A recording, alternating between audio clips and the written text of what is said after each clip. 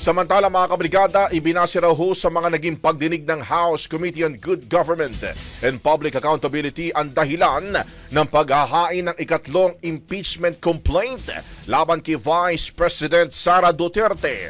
Ayon po sa isa sa mga kinatawan ng 12 complainants na si Attorney Amando Virgil Ligutan, betrayal of public trust ang pinakamabigat na ground na kanila pong nakita para ma-impeach ang pangalawang Pangulo. Binanggit din ni Ligutan na nasangkot daw si VP Sara sa plunder, malversation at bribery, pati na rin ang culpable violation of the Constitution.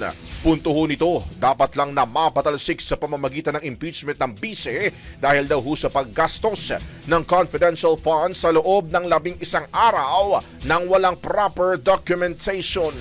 Nang matanong naman kung bakit natagalan ang kanilang paghahain ng impeachment, sinabi ho ni Ligutan na hinintay lamang ng complainants na matapos ang pagdinig ng Blue Ribbon Panel sa Kamara.